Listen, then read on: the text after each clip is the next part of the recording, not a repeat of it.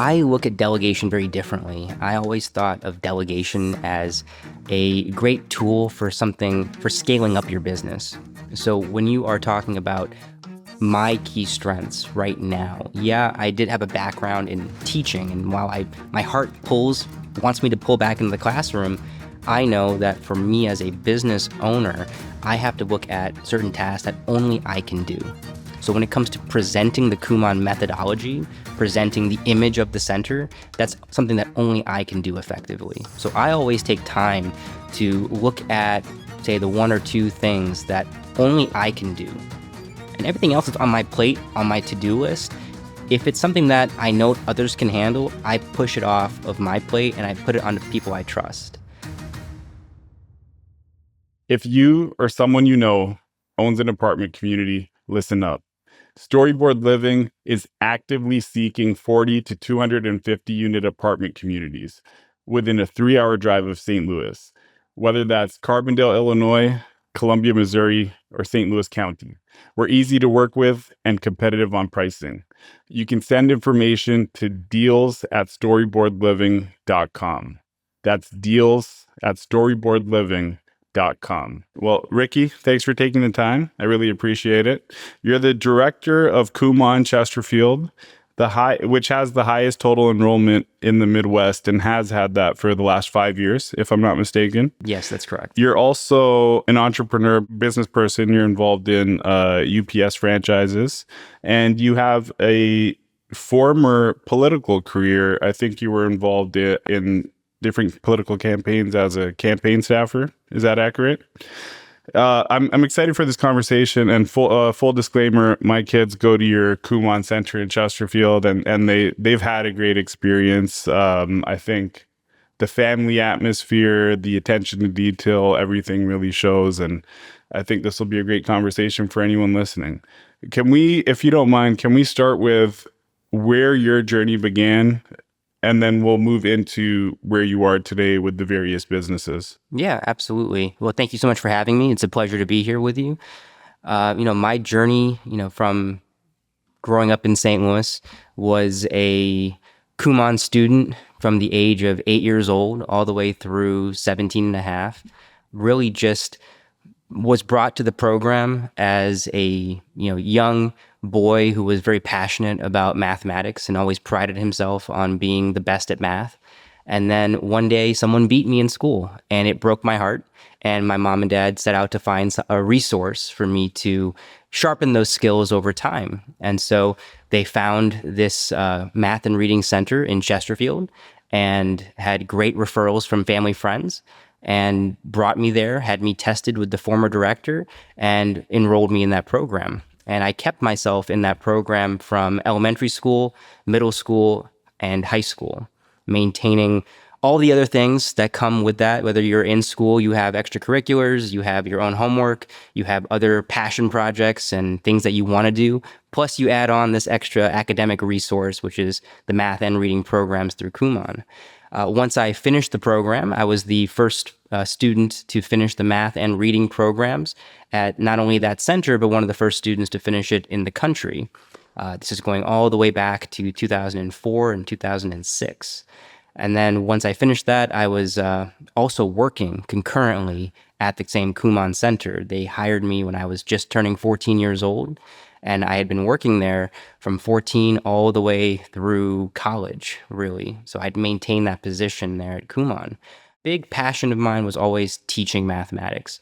I didn't realize that was what I wanted to do with my career. I just always enjoyed it, and I grew from a passion and that skill set, and then ultimately became something that I'm doing right now. After graduating college, I graduated from the University of Illinois in Urbana-Champaign with a degree in political science. Came out of college during the big recession that had occurred in early 2008, and we were still feeling the effects of it, particularly in Illinois. And I came back to St. Louis wanting to help those in need, very motivated from the previous election that had just occurred in the country, wanted to contribute back to society and help in any way I could. So I ended up working in several nonprofits in underserved areas of St. Louis, in North City, St. Louis specifically. Did that for about a year and a half. and then eventually got burned out a little bit with just some of the logistical red tape that we saw in that industry. You can want to help so many people, but ultimately you are bound by the restrictions of the management style that you're given. And so while always good intentioned, it was very hard to actually enact programs for sustainable success. So after that, I wanted to create some further change from all the red tape I was seeing, and ultimately ended up joining a political campaign and ended up working for both, major parties in my entire political career. But, my very first one back in 2012, was really the onset for discovering a passion that I had. I always enjoyed and studied political science. And so I was more on the numbers side of things, being more of a geared toward mathematics. But when you jump on a political campaign, you have to be good at so many things, and the environment is so fast paced, you acquire skills at a rapid rate. And so that, self-sufficiency, reliance on very quick communication skills in the heat of the moment, being able to articulate effectively, but yet somehow still be able to think through the big picture very fast. All those skills kind of led to a very unique leadership style. Let's pause there for a second. You mentioned red tape before you jumped into working on these political campaigns. What type of red tape were you coming across that was preventing you from being able to achieve your mission with these nonprofits? Back in that time, back in 2012, or I'm sorry, before 2012, what the information that was given to me is St. Louis is such a very unique city. It is a great giving population, and we had so many nonprofits. At that time, the number that was told to me was we had more nonprofits per square mile than any other city in the country. And so with so many different nonprofits available, doing great work, the pieces that became more challenging was everybody needing credit. And so when you are trying to fight and jockey for positioning, for credit, the people you were serving ended up being missed. And so I had, seen so many opportunities for us to contribute, but having to walk it up through upper management and just not being able to find middle ground to contribute.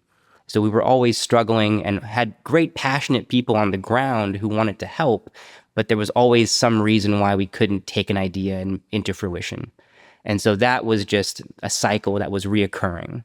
And there still are many great nonprofits in the area doing amazing work, but it was just that reoccurring cycle of having great ideas, but being unable to see them through. That really kind of burned me out. Got it. And as far as politics go, were we talking state level, federal level, municipal? Like what level of politics were you involved in? Yeah, this was statewide campaigns. Okay.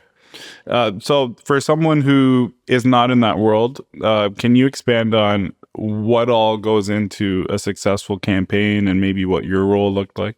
Yeah, so in my role, I was a field organizer, and we were basically taking the main message of a political candidate and sending it out to the masses, trying to educate voters before they went to the polls. And in that time period, our style was, like I said, back in 2012, very different political climate than we have currently. And so when we found in St. Louis and in Missouri as a whole is voters were more persuadable. And so we had a very unique political climate where we could talk to people. We were primarily making phone calls. And so my job was to contact as many potential voters as we could and convince them to come into our facilities and have them knock on doors on our candidates' behalf.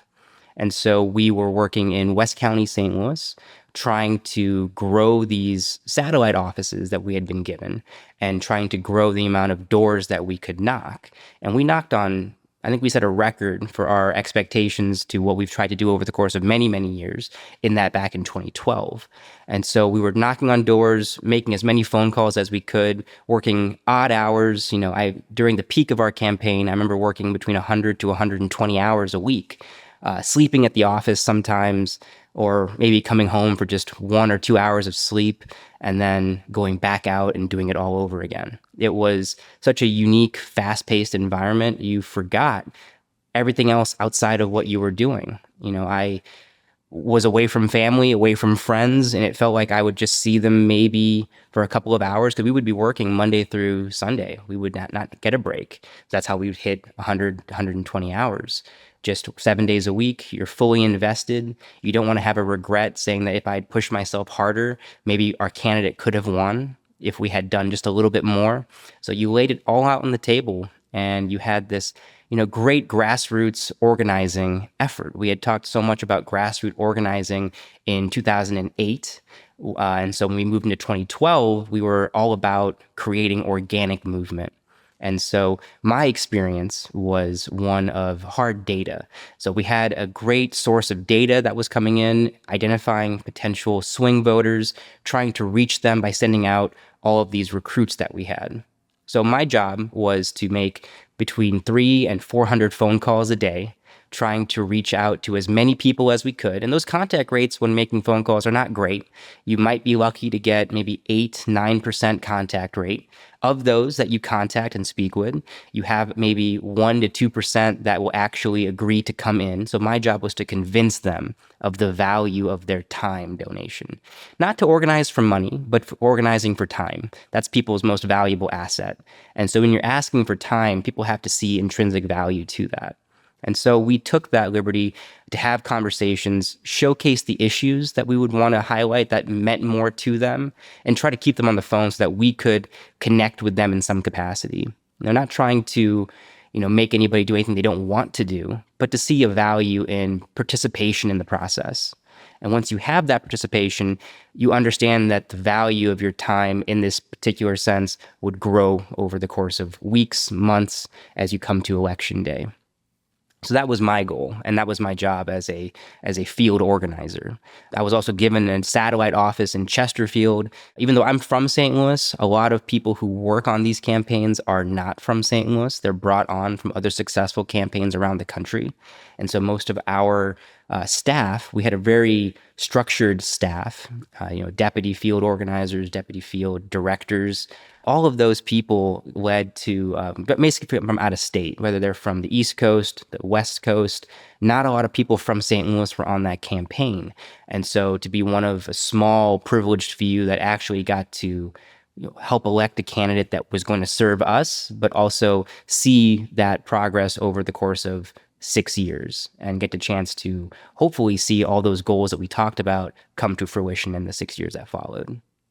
That's very interesting. At what point did you decide that you wanted to make the leap into entrepreneurship, or how did that come about for you? Because those are two very different worlds that you have played in and are currently playing in. Absolutely. It's a very unique spin from, trying to work on social issues. That's what really brought me into politics, wanting to make a difference and do for the greater good. My family is actually full of entrepreneurs. So starting from my dad's side of the family. And so my father was from the country of Kenya. And we're of Indian descent, and so is my mother's side of the family, all Indian descent, but all hailing from the country of Kenya in Africa. And so they immigrated here to go to school. And then the family business was actually hotels. And so you're working in the hospitality industry. So I come from a long line of entrepreneurs, whether it was back in Kenya with my grandparents or my father and his brothers and cousins kind of building their own business structure and style. What was the business in Kenya? In Kenya, my grandfather was in charcoal. And so they would manufacture charcoal. That's very interesting. I've never heard of anyone being in charcoal. Is that pretty common in Kenya for people of Indian descent to be in those types of industries, or? It's not necessarily something that's common. I know we talk about it in trucking and in charcoal. That was what my grandparents did on my father's side. But then business entrepreneurship, that's one side of it. On my mother's side, there's a series of teachers there that all worked in education. And so, I happen to be a blend of the entrepreneur side and then also with the education side. But in Kenya, you see a lot of Indian families who do end up working in the more of the entrepreneur side of things. So I know a lot of families that own businesses that may have changed now, but when I would remember Kenya, a lot of people owned gas stations. A lot of families I knew, especially my relatives, had gas stations or had these immense family-owned operations. Your dad was in the hotel business. Your mother was a teacher here in St. Louis? She was. Okay. Yes. At what point did they get involved in some of the stuff you're currently involved in, or did you get involved in the Kumon and some other things and brought them along? Because it's fair to say Kumon, for example, is a family-owned or family-run center, correct? That's right. Yes. So before Kumon, when I had basically gone from teaching Kumon, going to college, going nonprofit work, then moving on into some politics. Then after that, we moved into our first family-run business, which was our UPS stores. And so my mother, my father, myself, and my sister all participated in that first family business. And, we expanded that business from one location to two locations. And so that was really our first time working collectively together as a true family unit. The hotel side of things, that was my father's side of the family. And then the teaching was my mother. And even her sister was also a teacher. My grandmother on that side of the family was also a teacher. So there's a long line of teaching on my mother's side of the family. And then, so that was all happening. My mom taught preschool for 10 years at Chesterfield Day School. And, had a wonderful career there. And then my dad was in the hotel industry. And then we kind of merged everything together back in 2014, working with UPS Store. And that was a big family commitment. We didn't expect or didn't really know much about the shipping industry at that time. It seemed like it was on the cutting edge of what was about to get really big and popular. And we had no idea that in a few short years, how much people would rely on e-commerce. So for us, we got involved with this very unique entrepreneurial style, owning a business, having employees work under you, but still being very heavily involved in the day-to-day operations. And so we did that for about, 6-7 years together before divesting from the UPS Store network and acquiring the Kumon Center. That was something that I felt was a better move for us. Something that, from the shipping logistics perspective, that's a lot of hard labor work. You're lifting very heavy packages, shipping freight. It's a very unique industry with very unique skills, more hands-on. And then this was more of a education perspective, not as much labor involved, more challenging for the mind, trying to expand not only your physical muscles, but up here in your head as well. And so when we made that decision as a family, everybody divested from UPS and we all came together to reform the same working group in the Kumon Center in Chesterfield. I've spoken to a lot of people who are part of family businesses. Generally speaking, the folks that I talk to are second or third generation. So they've, maybe their grandfather founded a company and then their dad was the CEO and now they're being groomed to become CEO or something like that.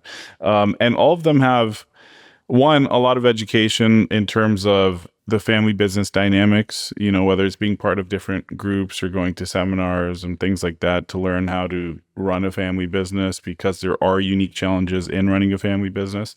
What do you find, or what did you find was challenging? Like, what were the cons? What were the pros as well of working with your family and still working with your family today? Working with family is great. There's a inherent sense of trust that comes from that. And so it's different than working with regular employees that you recruit and train. With family, you have a very comfortable base of communication. You know them outside. Obviously, you have that relationship built up, and you can trust them to do similar tasks as you would do them yourself. And so there are certain elements that become easier, but then there are certain elements that can get exacerbated as well. And so taking the troubles of work home was something that we struggled with quite a bit when we were involved in the logistics company. And so we struggled a lot. Something negative would happen. Instead of it being 15 minutes and then move on, well, we would talk about it at the house. We would always go through the negative spiral, and it would sit with you for a little bit. And that's the most challenging thing, is to not bring work problems home. That's the unique nature of not working for someone, but rather working for yourself, is that those problems, they really do stick in your mind, and you have to vent them out somehow. And sometimes the people who work with you get to hear that story. And unfortunately, in a family-owned business, those same people are around you all the time. So it is a struggle to know how to turn off the family side of the business and just have family time, and then also to bring back that business relationship again as well. And especially now that, families, or the dynamic in my family, is certainly changing. I was recently married, and so there is more work-life balance that I'm pursuing, and all that stuff kind of changes how the flow of the business, will adapt over that course of that time. I think some of the challenges would be different depending on the family and depending on the business, right? So in your business, the current one, Kumon, you guys are there 2 days a week, as far as students being there. But is it still a constant grind the way a UPS store might have been? Or is there a better work-life balance for everyone with the Kumon Center? Can you expand on just like what it's like running a Kumon franchise? And then we'll get into the cool story of you doing a full circle and being back at the center that you grew up at. Absolutely. So I would say that yes, from a sense of physical exertion, that yes, Kumon is a little easier to do than, say, the logistics when you're actually boxing, crating, moving product left and right. It's definitely physically less demanding. But, there is a mental toll that teaching also lays on you as well. We are, like we had said, we are the largest center in the Midwest region. And so we work with hundreds of students every single week. And so, we do offer class on, Tuesday, Wednesday, Thursday, and Saturday. And then we are still doing office hours as well. So there's an admin team, and then there is an instruction team. And then if you are part of the ownership, well, you happen to be on both teams. And so, yeah, we go through a very unique process. We have students that come in for testing from all age ranges. I have students as young as 3 years old, and some that are as old as 18, 19, or 20 years old, coming in for a variety of different tasks that they're trying to accomplish. Some students are here for skill sharpening to get better for the next year, and some students could be remedial. They maybe didn't have a great academic year and perhaps are coming back into the fold for us to help coach them through a certain progression of learning. So our curriculum is quite broad. And so, every student comes in for a standard placement test based upon the grade they're currently going into. And then we assess skill. And then based upon a student's skill set, they get placed into the program, a place of high fluency. And we define fluency as a combination of three metrics. It's speed, accuracy, and independence. And then based upon that, we'll be able to evaluate a point of high comfort for a student to start working for in our curriculum. Once the student comes in, the classes, it's wonderful. It's what I describe it as organized chaos. You'll have hundreds of students coming in. Our team of instructors is phenomenal. And what I've found is, the more trust I can have with my team, the more it frees me up to do, director responsibilities. And so delegation of tasks is probably the biggest thing that I will always talk about, is leading to the success of our center, having people that you can trust, that you've trained and recruited well, and that you've trained to a certain standard of excellence. And once you have that ingrained in your staff, you can pull yourself out and then be able to do the other tasks that help sustain the center. So students come to class, they'll do their math work and or reading work, 30 minutes per subject, say for about an hour if they're doing both subjects. They'll work with our team. They will get feedback from our team. They'll check out with me as well, or one of our senior staff members. And then from there, they'll go home. They have homework to practice. We introduce new lesson plans in our classroom as well to make sure that the students are challenged, that there's a very concise effort on our team's point of enforcing the homework that's been sent home to be completed, so that we can keep pushing the students' skills to the next level. And then, of course, when a student finishes a level, we'll give them an achievement test, the chance for them to showcase speed, accuracy, and independence have grown over a certain level, and then they'll move on to the next one. So, our admin team is great. They really help me and they help our students just by checking all the small details. A student will turn in homework, my staff will grade the work, and then the admin team are responsible for pulling out all of the student files and then going through those student files, allowing them to look for accuracy metrics, speed metrics, and making sure the lesson plan still makes sense for the kids. Our program is highly individualized for each student. So while there are several levels and every student will go through them, the way they go through them is very unique to their learning style. So nothing is cookie cutter here. It's very much somebody is looking at your work, seeing if you will be successful in the next week. And if we don't think from the homework, there's got to be proof that you'll be successful or may need some more practice. And then if we need more practice, we will scale back and adjust the workload. So there's always somebody on the admin team who's looking into your material, making sure that you are going to have success in the coming week. In our industry, if you have students that are pushing back, usually it can be showcased to lack of attention to detail. Somebody may have overlooked something. If me and my team do a great job, it means that the progression should be seamless. And that's where I use my expertise, having done the curriculum, to really cushion some of the more jagged areas of learning that can happen in our center. It is a lot of the structure and, for example, the individualized care for each student. Is that coming from Kumon? Is that coming from the way you structured your center, or is it a combination of the two? It's very interesting. There's so many Kumon centers across the country, and there's so many different styles of how to enforce our curriculum. So while every center has access to the same materials, I've always been a big proponent that every director kind of imparts a little bit of their unique take in their center operations. So every center has their own unique way of doing things. So, I can only speak about my center in Chesterfield, the way that we put in our attention. But every center is, incredible at what they do. And every center director all have the same shared goal of students growing and participating in the process, and then ultimately succeeding in their own goals. And so we always have those conversations with families about short-term and long-term goals. In the short term, we want to see that tangible success. In the long term, we want to see them not only have that independent goal for the school year, but extend that not only over 1 year, but 2, 3, 4. In my own experience, it was 9 years.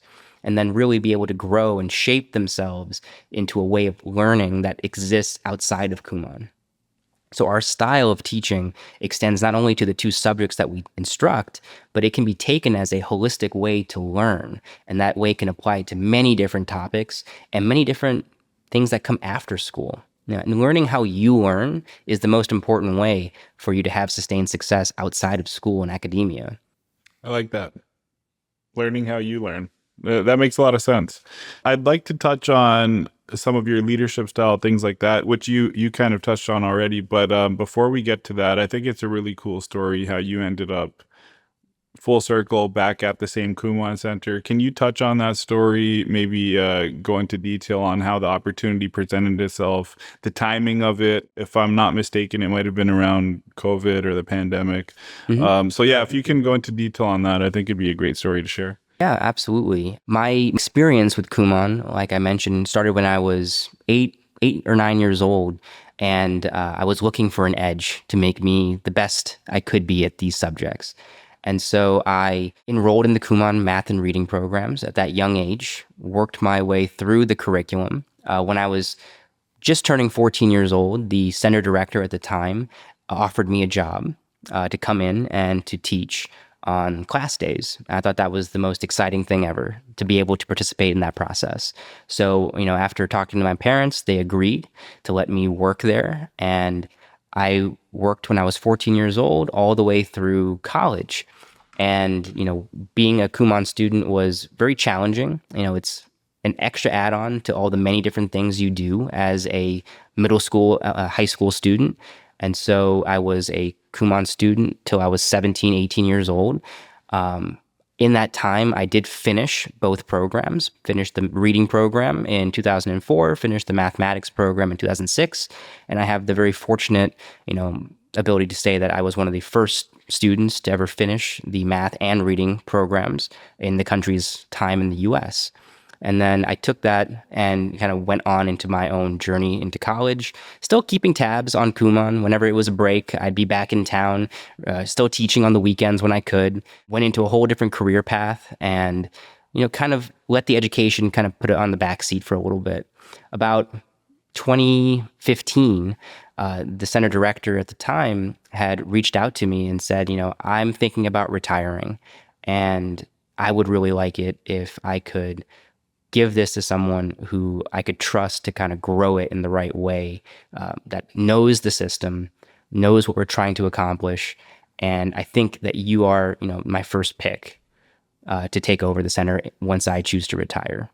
So we had this planned out for maybe 5 years with the intention of me taking over in 2020. Now, as we all know, 2020, that's the initial start of COVID in March. And so my plan was to take over initially in the beginning of 2020. Unfortunately, as we had kind of built some momentum to take over, some things had to be kind of ironed out detail wise, and we didn't end up taking over at the beginning of the year. We ended up pushing it back. March, gosh, I want to say mid-March, COVID hit, shutdowns occurred, and we had to push all that back. And so we didn't end up taking over full control until February of 2021.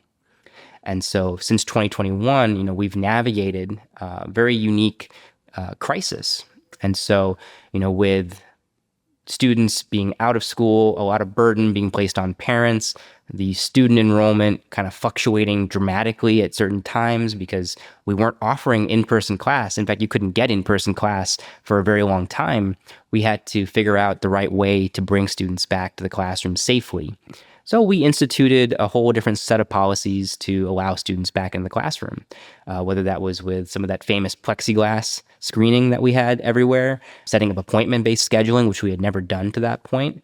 And then, of course, just communicating with families when we had a situation, because, we were putting in temperature checks for the kids, sanitizing their hands, wearing masks in classrooms, and then social distancing. So those are terms that we haven't talked about in several years, but for me, it's just a quick walk down memory lane, because to organize all that took a lot of effort, a lot of sweat equity into building all the right materials. And I was simultaneously doing the UPS thing as well. And then that timing to divest from UPS and move in fully into Kumon occurred in February of 2021. So it's a big full circle moment to be a student, get there as a junior instructor, work your way up for the course of, 16 years until you become a high-level instructor, take a little bit of a pause, grow your own business, and then take over operations for the same business that you started working for many, many years ago. So for me, it's the first job I ever had, and I'm hoping it'll be the last job I ever have. It's a very cool story. What are some of your key takeaways that you would share with anyone listening or watching when it comes to navigating through disruption, which you did very well, and then also leading through disruption as well? Because it's one thing to think about what to do for yourself, and it's another thing to think about what to do for an organization or for a team you're leading. Do you have anything that stands out from your experience? For us, we were very lucky. We had maybe 40 instructors on staff that were part of our old team pre-COVID. And then we had a new generation that was coming up. And so to bridge the gap, we learned to be flexible. We had a very rigid view of how center operations were supposed to be. And then when everything hit the fan after COVID, we had to reevaluate what kind of a center environment did we want to keep. Because that extends to flexibility for students, extends to flexibility for the staff. And so my staff and I have a really good agreement about letting each other have that flexible nature to working, but also how do we lead through and be true to the mission of Kumon? And so our mission, is always going to be the center point. How do we reach as many students as we can to promote their goals and for them to see success in a tangible way? And how do you support them? This is a very unique crop of young children who are learning right now. And many parents will probably understand when I say that we don't understand the style of learning that they're going through right now. And so we have to be flexible because they are the first generation of COVID kids. So anybody from the age of, say, first grade through seventh grade all had some variation of online learning that may not have given them all the skills that they needed. And they're doing the best they can. And so we are trying to be as flexible to find and diagnose any gaps in learning, and then from there, address them systematically. What makes the curriculum so fun to work in is that it follows a linear trajectory methodology, meaning every one of our worksheets build on the success and mastery of previous worksheets. When you build a curriculum in that sense, your students will never feel lost because you're adding incremental steps along the journey. These are logically inferred steps as well. So because you offer that style of linear learning, you can diagnose very specific problems, go back and touch on them and showcase, build speed, build accuracy, instruct new concepts. So that's really what I took from this is you just have to be flexible, giving families the opportunities to pick up work, mail them work, making it easier to access Kumon than ever before. Kumon used to be incredibly rigid. Now it's incredibly accessible. And we've only added to that with the advent of our digital program that we put on a tablet. And so you have the same access to worksheets, just completely different medium. So instead of doing traditional paper worksheets, you can do them on the tablet now. So you've got full accessibility no matter what your style of learning is, no matter your circumstances for availability, days, if you're sick, we made it as accessible as we could. And so, leading through those types of adversities definitely is challenging because you have a plan and then the wheels of the plan just completely fall off. And then you have to figure out a way to pick it back up. And so having redundancies built in to our staffing through our students, that they understand that if this is missed, it's okay. We can adjust and adapt and be fine. But what I saw a lot of people do is when the wheels would come off, everybody's faces would turn toward me. And they were looking for a reaction. So my reaction set the tone for how the staff would react, to how the students would react. And I see it all the time whenever there's a situation. So we had some tornadoes recently in the St. Louis area. They happen to occur, or the warnings happen to occur on some Wednesdays when I've had some classes. And we've had to figure out a way to stop class, get students to safety in our tornado shelter areas of the building. And everybody, will always turn and look to me and they're like, well, what do you want us to do? Well, the tone is to be calm, address the situation head on, and deal with it with a certain amount of confidence that everything is going to be okay. You just have to adapt, pause class. We can always pick up the hours, pick up the time, the material. There's always a way to catch up, but just make sure that you lead through with some perseverance and calm. If you can do that, people pick up on that confidence. So our team, is, quite broad in their ages as well. We have some talented high school staff. We have some excellent college and graduate students, excellent working professionals, and retired professionals. But when you're working as a team, your skills don't always overlap. Everybody is good at something different, but they all look up to see how this structure is going to be playing down. They want to make sure that everybody's treated fairly amongst the team as well, that there's no favorites, and that's certainly valid. But you also have to make sure that you hold the standard to be the same. So we lead by example is probably the most important piece of leadership, is that you have to take it one student, one day at a time. You can't get overwhelmed with the numbers that we have coming in. If you start getting overwhelmed just with the numbers, your work gets scattered and messy and you're going to miss the details. And our system is very detail specific. So you can't miss those details. If it misses at the very bottom chain, it'll only compound itself as you move up. So, giving them the sense to make a mistake, but know how to correct it has been really, really important as well. But then just leading from that sense of accountability. What I do is what's going to be mimicked by every single person down the chain of command. How are you ensuring that you're able to hire the type of person who's not missing details, falling in line with the company culture, when you have such a diverse group of folks that are working for you and with you in the center? And then also, you mentioned delegation before. So how are you ensuring that the correct actions that need to take place are taking place without you actively being involved in whatever that specific scenario might be, because you need to focus on higher level activities, if you will. Yeah, absolutely.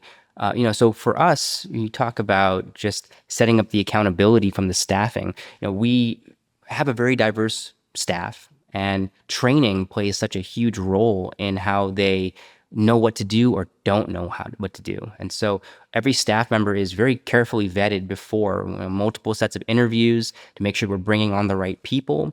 And then they come inside the classroom space as well for one-on-one time. There's going to be a senior member of our staff who goes through the base training, and then we continuously train staff. So nobody is ever going to be let go after one training session thinking that they know everything. We constantly remind our staff that there's so many gray areas in this style that it's better to ask your immediate supervisors for reassurance than to make the same mistake 100 times. So we have no problems with staff asking questions. We encourage it. Ask me 100 times rather than take the wrong action 100 times. So constantly reoccurring training is really the key to eliminating all those scenarios. And when we train staff, we always make sure that we show them as many scenarios as we can. So we create our own dummy sets of material to basically lay out what we think are the most commonly occurring situations. And so they'll get a chance to experience that in a safe environment and then understand how the reaction should be returned from the staff member to the student or even staff member higher up on the chain. So there's given many opportunities to pick up that information and learn. And like I said, the goal for myself is to divest myself from classroom operations to work with some of the areas that I need to do as director. My background is 100% on instruction. So to pull myself out of instructor and into director modes, very challenging, especially that first year. It definitely was the biggest challenge I faced was I wanted to be in the classroom. I wanted to be the guy teaching the high level math, getting that sense of accomplishment by watching my students have that success. But that's no longer my role. So getting out of that mindset was the hardest thing I've had to do. And being able to adjust to a director mentality where I am overseeing all operations, handling the parent communication, bringing in new families to grow the business. We've been very fortunate that we've held that number one enrollment in the Midwest region for the last 5 years. Could only be done with full faith and trust in my staff. So that number isn't a remarkable feat of mine. It's a remarkable feat of the staff. Them hitting the highest quality of their instruction, understanding the policies and procedures that we have in place. That's really the main reason why we've been the largest grossing center. 100% on them adhering to the principles and the vision that we set at those initial training meetings. The largest grossing center in the Midwest is what you said. So, like, how many centers roughly are there in the Midwest? Just to put a number on this. Hard to say because the company right now, we're readjusting the zones. Yeah. But, across the country, we're over 2,000 centers. But in our Midwest region, there are some rural, there are some urban centers. And so hard for us to put a pinpoint right now, especially as we're adjusting. But, it's something that, we always, it will always change, year to year. It's safe to say over 400 centers. It sounds like that's probably a pretty safe number. Absolutely over 400 centers. Got it. So it's an incredible feat for 5 years in a row. And a part of it is some of the stuff you outlined, the way that you were able to take your passion, start on the instruction side, but then move to the delegation side and move to the leadership side, move to working on the business instead of in the business, training your staff up to have a similar passion as you. Would you recommend someone look at a Kumon franchise if they're not as passionate as you? Because I feel like as a client, we probably wouldn't have taken the dive and done Kumon if we didn't feel that passion radiating from you, your family, because we had no previous experience with Kumon. So curious to hear your take on that. I'm sure you come across tons of other peer franchisees and things like that. Absolutely. It's a great question. I mean, because you're talking about a business and then you're talking about education and you're mixing both of those two elements together. So if you are not a entrepreneur and you look at just handling this business as a teaching first, you'll have a hard time working the numbers out. And then the same thing on the other side. If you work at just purely the business and you don't have an education desire to push that side of it, you will always struggle to hit your number benchmarks because you're not providing something. It's really a combination of both. You have to have a certain amount of acumen for numbers and for the hardline work on the back admin side, and also have that desire to teach for students to get better on your watch. Ultimately, families will come and say that everything, the buck really stops with me. And so I'm responsible for everything. And they're absolutely right. I should be. But you have to have your hand in both ponds. You can't just say, I'm going to focus on one end and not talk about the others. So that's why you see me in class. I will always make myself available to any parents during class hours, during my office hours, just to make sure that they feel that they have the resources to voice any positive or negative pieces that come across their journey. So they'll always have access to me. But yeah, you're absolutely right. My focus isn't always on the instruction. My focus is always going to be on making sure the families are having a great experience, making sure that we have new students being tended to in the correct way, speaking to families about what our goals are for them, and introducing the curriculum in a tangible way that makes them want to be here. I'm as passionate about Kumon today than I was when I was 8 years old and enrolled in Kumon for the very first time. And part of that is because I'm a former student. I did Kumon. I struggled with the ups and downs. There are peaks and there are valleys in every Kumon student's journey. And so the way that my team handles that, very important to making sure the student overall wellness is maintained as well. We want to have students that understand the struggle is important. Sometimes they may feel like they are struggling alone, but gosh, they are not. We see them struggle. We know that they want the help. Sometimes for us, the hardest part is to be hands off. There's more benefit that comes from struggling through something and unlocking that by yourself than with me holding your hand through the process. And so you have to balance that. And so I have to train my staff to know the difference. When is it appropriate for you to step in? When is it appropriate for you to maybe just observe? And then at some point you have to get involved. What does that threshold look like? It changes student to student to student. So we have to be very careful with how we address that. Do you think you could have been as successful in your current role if you didn't have the 9, 10, 14 years, whatever it was, of experience with the Kumon program? It's interesting because I know a lot of center directors who don't have the same background, who are incredibly successful at their Kumon franchise growth and development. For me, it's a unique story, and it's something that I think a lot of families resonate with, is that you have someone that has done it, that has pushed their family up and down with how to get through and get their Kumon finished, that at least the families feel more at ease talking to me because I've done it all and I've put my family through whatever pros or negatives that come with challenging a student in that way. So I think it helps me connect with families better. It used to be very easy for me to connect with kids because I was young and I was teaching and people would always want to come up and talk to me about Kumon. But now I find as I've kind of gotten older, my connection is not with the kids as much anymore. The connection is with the parents, giving you support, giving you the details, what is coming, why, what you can expect. So I connect more with parents than I connect more with the kids these days. Yeah, I can still talk to the kids, but there is not the same relationship as it was going back 10 years when the kids would see me as just an older kid. Now they look at me as an adult. Now it's Mr. Shah is walking in with a blazer, looking professional, as opposed to me walking in as a staff uniform. That's different. And so, yeah, I think my 9 years as a Kumon student definitely aids families and gives them a sense of comfort. Because at the end of the day, this is all about trust. And building trust in that parent meeting it's 1 hour to build, not only showcase all the test results, but also walk you through the path, walk you through the curriculum, give you an idea what your expectations can be and should be in the short term and long term, but then also connect with you to make you feel like this is a place I want to bring my kids. And how, I address you and, address every family in the office is paramount to keeping our enrollment high. And it's not just about the numbers. Yeah, the numbers are great to talk about. We're proud of the numbers and have great enrollment, but it's about the culture, helping the kids. That's what gives me the greatest amount of joy. So if you find joy from helping others, from committing to your community and growing that skill set, I think it's the perfect opportunity for anyone to get involved at that level. You can always build up business acumen. You can always build up certain things. But if you have a passion for helping, that's what Kumon is. It's a very forgiving program. It helps to build up a certain system of learning. And that's how I describe Kumon, if you remember, is it's a system of strategic learning.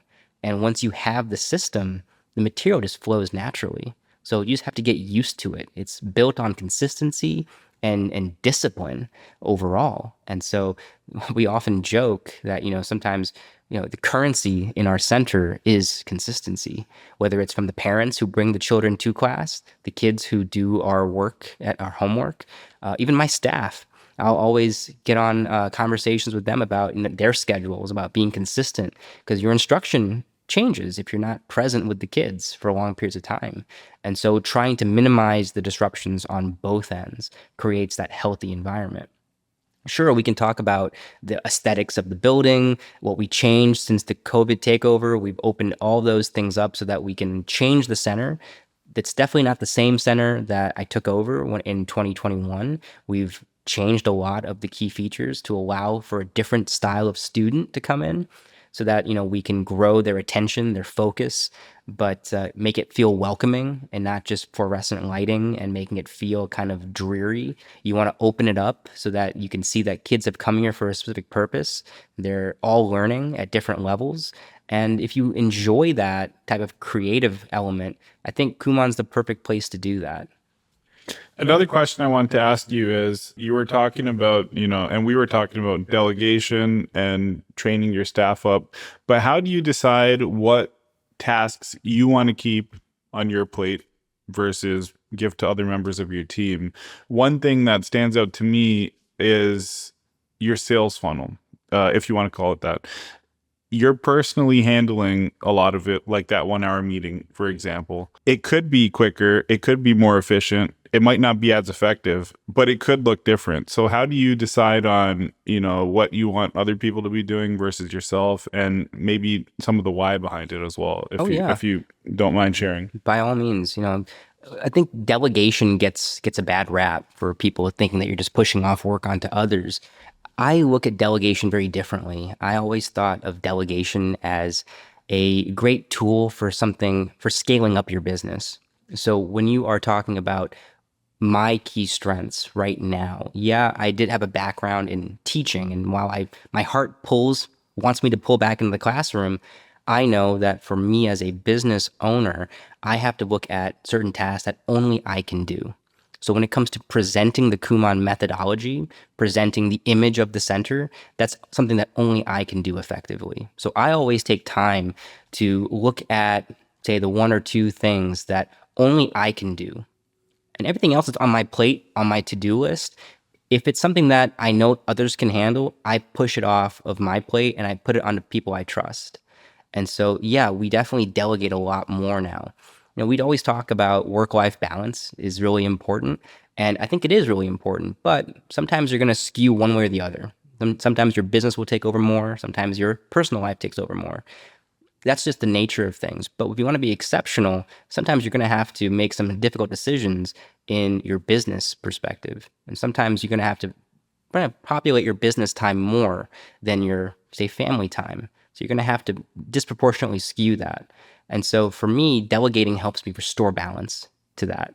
Because there was a time when, even when I was doing Kumon first in year one, I was putting in 80 plus hours trying to, in a business I already knew, trying to do the role I didn't know as well. So putting in 80 hours a week, just trying to make sure the experience was consistent for every family. That was an awful lot of time. Now, trying to scale it down from 80, 60 to 40 with delegation is very manageable. And so having the right admin staff for handling administrative work, very important. And then instruction, having, a assistant director, having, of course, it's a family business, having others there in the family to basically be directors of specific areas of that. So like my mother is the director of the early learners program. So she takes off and takes care of that entire section. And then, yeah, there's reports that come back to me. But in the immediate sense, there is a person of authority who everybody who works in her team can look up, get feedback about what should be done, not be done, and then can make the adjustments in real time. And then it comes up chain to myself. And we have that throughout the entire center, whether it's going to be our general studies or whether it's our high level mathematics, high level English. Everything is with that perspective, a director and a team that's underneath them that they oversee. And then from there, everything comes back to me. So the buck still stops with me, but I find myself with the availability now of time that I can now take parent meetings in the middle of class and still give parents the individualized touch that they require. So we can handle it that way. And then in terms of like the sales process, is there a particular reason why you're handling that personally? Is it because you think you're just the best person for it? Or is it because you want to build trust with the families, get to know the families? What's your thought process there? Yeah, there's so many different styles of learning out there. Kumon is just one of many in the St. Louis market. So when we have a new family that comes in for testing, we want to make sure that the family understands the commitment that they're making. We want families to be here for a long time. We want them to feel heard. We want them to have success, but we also want to make sure that it's a good fit for them. If they're not going to have a good understanding of what the expectations are. I mean, I can walk their child through the process. I can walk the parent through the process. But if the commitment to the minimum is not going to be there, you won't see tangible results. And so I always wanted myself to be the first person that they talk of when they think of Chesterfield Kumon. I want them to think Ricky Shah is Chesterfield Kumon. And so that's why I said this is a task that I think only I can do because I want it to be synonymous with my name. When you think of Chesterfield Kumon, you think of the building and you think of myself. And so having that brand correlation to me is very important because you can build trust with families in so many different ways. Of course, communication is paramount. But in my office, that very first time we have that meeting, to present it in the correct way, the correct format. Not to say that my staff could not do a great job. I think having me there presents more accountability. And accountability in a small business is everything. That makes a lot of sense, and I appreciate you sharing that. I end each show with what's called a hole-in-one. So just your greatest piece of advice that you can give to anyone listening or watching that they can implement in either their life or business almost immediately. Do you have a hole-in-one you can share?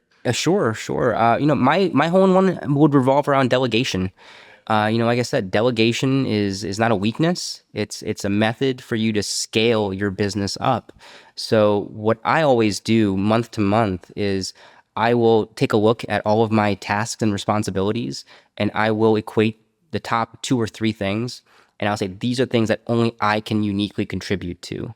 Everything else that's not on that 2 or 3 items is something that can be handed off and something that can be moved on to somebody else to handle with same kind of quality. And so we evaluate my list of responsibilities monthly. And, we will look through that and make sure that something is handed off to the appropriate person. So number one way to help scale is to delegate. I appreciate you sharing that as well. Where can folks learn more about Chesterfield Kumon or yourself if they're interested in learning about Kumon, maybe talking business for any reason, or perhaps speaking engagements? Yeah, by all means. We have our website, which is www.kumon.com. It will give you our national website. And then you just search for Chesterfield or our zip code 63017 will pull you to our direct webpage. My bio is listed on the About the Instructor page. You can always shoot us a email at Chesterfield_MO at the letter IKUMON.com or leave us a voicemail at 636-537-5522. And is that the same if someone wants to reach you directly for speaking engagements or anything like that? Yeah, I'm actually the sole person looking at those emails, and we'll get all those voicemails or phone calls as they come in. All right, awesome. Ricky, thanks for your time. Pleasure to be here. Thank you so much for having me.